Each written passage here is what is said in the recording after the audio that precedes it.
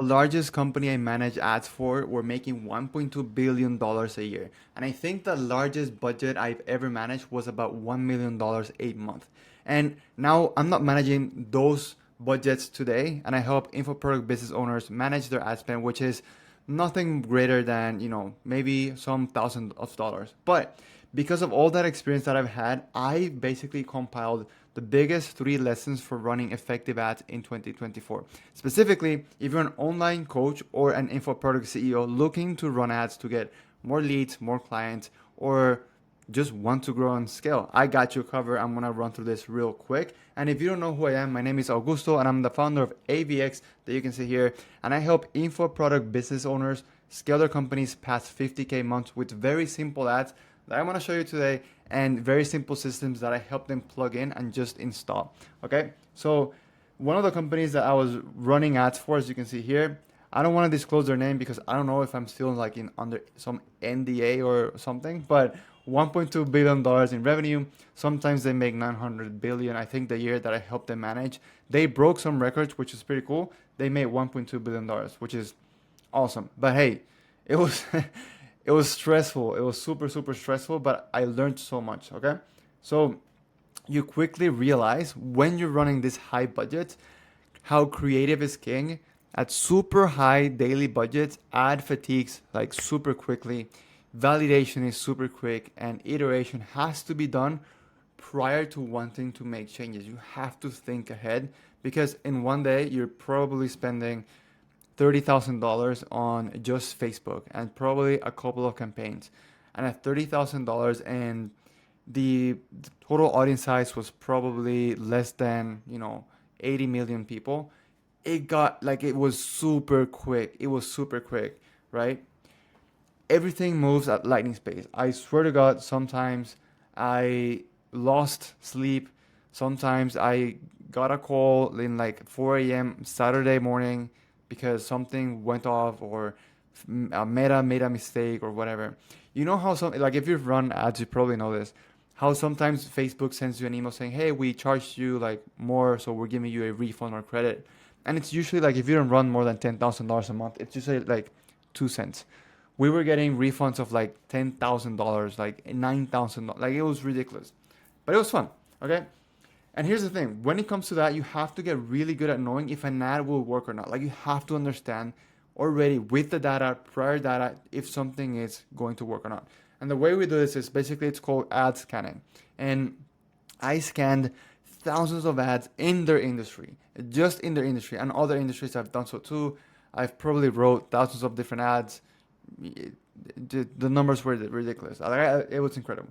We used every type of rule inside Ads Manager so that we could sleep at night just in case, but sometimes it didn't work.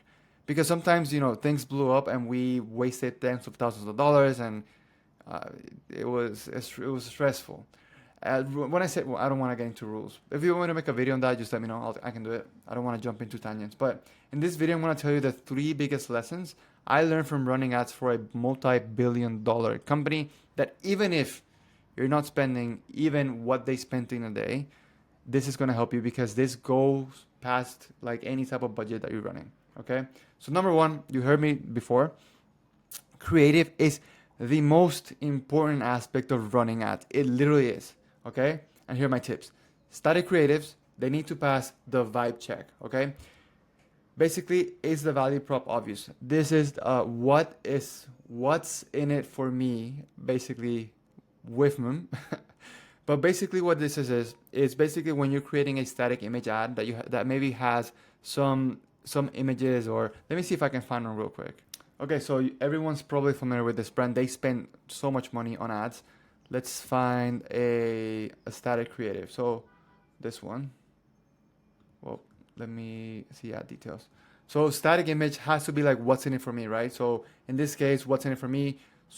Amazing discount, last chance. This is probably like a sale, but it has to be something that's very that the value prop has to be very clear. So all toothbrushes are in a discount, which is great. Let's see if we find something else. Their video ads are really good. I think that they're running some sort of, they're always running some sort of, let's see. And then you can use Facebook ad library to do funnel hacking, basically. which is fun. We always like that. So let's see this one. They're testing this one since August 12, so like 15 days. So what's in it for me? I can pay with Afterpay. It's 50% off. This really stands out. Half price sale, etc. You get the point. So, and needless to say, static images are not worse or better than videos. You have to test both. So you can see they're doing video, static image. Let's see what else. Video, static image. They're doing a little bit of everything. It seems like this one's running pretty good because I've seen it a couple times. Let's see what it is. What is this? Flavored tooth. That's disgusting. But yeah, like buy four get three free. And again, this is for info product businesses. You're probably not doing this, but you get the point, right? But creative is the most important because the things that you say even in your static images, the things that you say in your static images are taken in consideration. Like Facebook takes it, their AI takes it to do targeting, which is pretty cool. And then clear, aware problem being talked about, meaning please don't make a static ad with a problem you think they're thinking of. What this means is, if you're a fitness coach, a dating coach, whatever, you live and breathe what you teach. What happens is you're so smart that when you try to dumb things down so that your prospect understands, you're speaking at a so much higher level that they don't understand and simply they're not going to resonate. So you have to make things really dumbed down. And it has to be a problem that they're aware of, okay? If you don't know what this is, just look for awareness stages. Just Google that. You'll learn a lot, basically. Is the ad easy to understand? This is pretty easy. Buy four, get three free, right? That's pretty easy. Video ads always have subtitles. Let's see if they have subtitles in this. Hey, is there any cookies and cream flavor left? Sorry, let me have a look. Yes, we've got one left here. Cool. But They don't, but they should. So you should have subtitles, especially if it's a talking head like I'm doing right now. Sound has to be really great, a clear image, and most of the time to the point. Like if they're better and to the point, it's much better. And as you can see, it doesn't have to be anything super extra mega professional. Like this is probably like UGC style. Hey, is there any cookies and cream flavor left? Let's see. Yeah, so like it doesn't have to be super professional. Like just test things out. We'll talk about that in a little bit. Okay.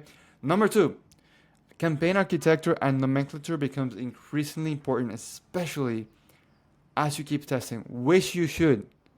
Another thing, just because you run one ad doesn't mean you're going to be successful. You have to keep running. You have to take luck out of the equation. You do so by just testing and testing and testing and testing. Okay.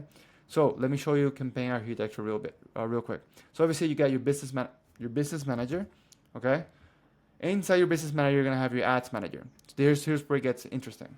Now, you got campaign levels, and then in campaign level, you basically select if it's going to be a CBO, which they changed the name now to Advantage something, whatever. Which is in the past, good old days, it was called CBO, which was campaign budget optimization, meaning you select the budget at the campaign level and then Facebook decides how to spend that budget on the ad sets below, okay? And then in the campaign level, you select the campaign goals, so leads, engagement, traffic, sales, etc. You set it at the campaign level. Down below, we got ad sets. So in the ad set level, you do your audience segmentation, you select your placements as well, and then you select if you want to do ABO, you select it in the campaign level. But if you don't do CBO, you do ABO, which is ad set budget optimization. They changed the name. It's something like Advantage Budget Plus or something like that. I don't know. But basically, if you do ABO, which I prefer most of the times, is you select the campaign, the budget at the ad set level. Meaning, instead of having $100, let's do it simple. $60 at the campaign level, you do 20, 20, and 20, meaning all the ad sets get a level playing ground with budget, right? And then below ad set, you have the ad level. And then this is going to make sense in a little bit. So in the ad level, you can select different styles, right? So you got video style ads, static ads, carousel, and then Facebook just recently removed dynamic creative ads. They're rolling it off little by little, but I don't have dynamic creative anymore, which kind of sucks. But you set that at the ad set level. You got video, static, carousel, or one that I forgot here is you can use an existing post to create an ad. Now, why all this matters is because you want to have this architecture as clean as possible. Because as soon as you start getting more ads, more ad sets, more campaigns, you want to be able to read the data without having to click in, see what's running, and all those things. Because speed is key, especially when you're iterating and doing different things, okay? So what this is, imagine if you have 10 different ad sets, okay? So 10 of these instead of 3, so 10 of these, okay? 3 ads in each. Now you have 30 assets and having to measure the performance of each to understand what's happening, what's working and what's not. The reason the way you want to make this very quickly is I'll just show you real quick. You want to be able to have to see this data quickly, right? So we create a winning naming convention, which follows this same structure. So at the campaign level, you want to name your campaign, your brand. So in my case, is AVX. Campaign objective, it could be leads, traffic, engagement. So let's say it's leads. So AVX, leads, cold audience, meaning you want to separate cold versus retargeting, okay? Retargeting meaning you're targeting people that have already seen your brand at some level. So engaged with your IG or page, they visited your site, whatever. And then a small descriptor, it could be anything, right? So in High Smile, it could be something like sales. So High Smile, sales, buy 4, get 3, buy 4, get 3. And then it could say something like they're just running static images inside this campaign. Or it could be summer sale. That could be the descriptor. Simple. And then in the ad set level, because you select the audience at the ad set level, you want to name what audience it is at the ad set name. So you don't have to click the ad set and see what's happening. This is so, I can't tell you how important this is. And then audience interest, the age, the placement. So you can do IG stories, Reels, feed, Facebook, etc.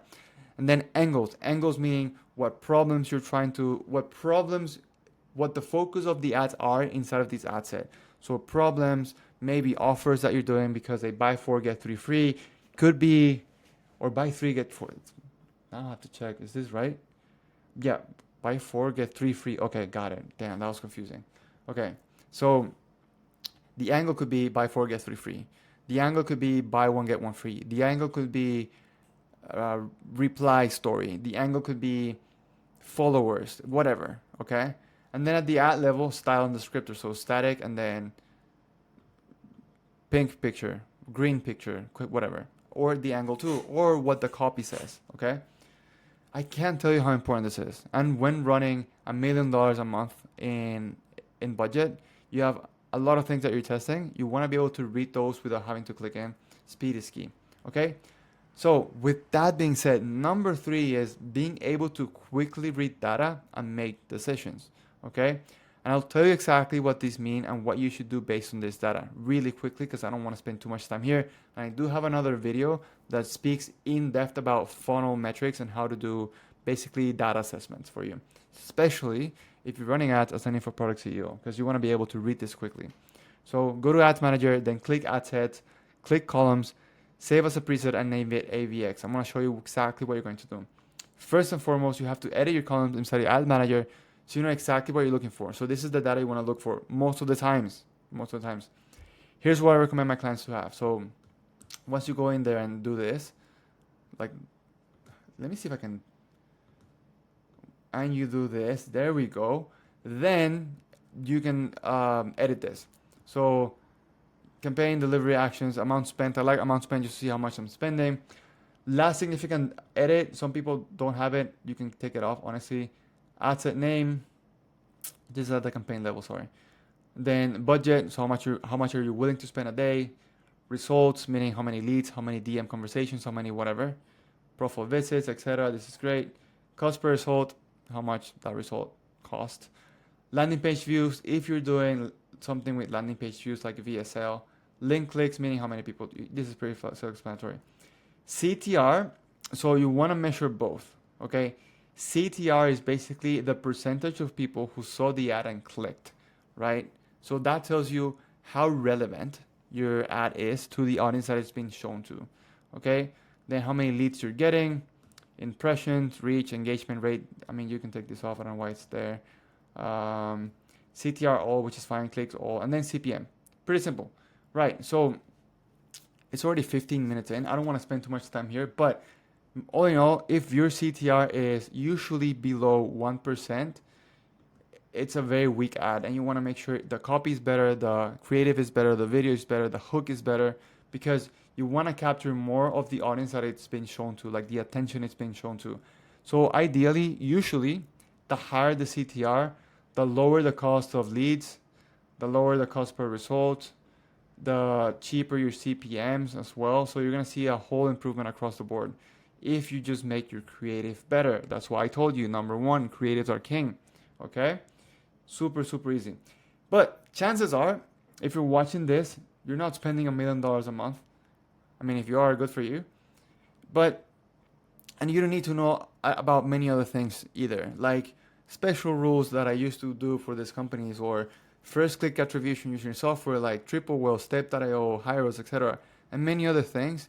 You just want very simple stuff, especially if you're in that 10K a month to 50K a month, and I can obviously help you scale. That's very easy. That's what I do. But if you're in that range, you don't want to measure a bunch of shit. You just basically want more leads, more clients, more high quality leads, more high quality clients, okay? But you just want very simple ads that can easily be scaled, that are easy to run, so you don't have to worry about too many things, easy to set up in like 2 hours or less, and can get you qualified leads for cheap. Now, these are not lead ads where it's like in Facebook or in IG, but these are ads that get you very quick leads that are high quality, because we make it so that it's intent based. Okay, so if that sounds like you, just send me a message on IG, because I have a free guide and I can give you this for free. I'll leave my IG link down below. You send me a message, I'll be just able to help you out. But if you have any questions on this, just drop them below. If you are an info product CEO, let me just make this bigger. If you're an info product CEO and you're making between 10K, 40K, 50K months, then I can help you scale past 50K months easily, help your team get trained up, ramped up to make sure you can handle more clients at scale, and help you do so. Down below, I'll leave some links, and if you want this entire guide for free, just send me a DM on IG, and I got you covered. For now, I'll see you in the next one.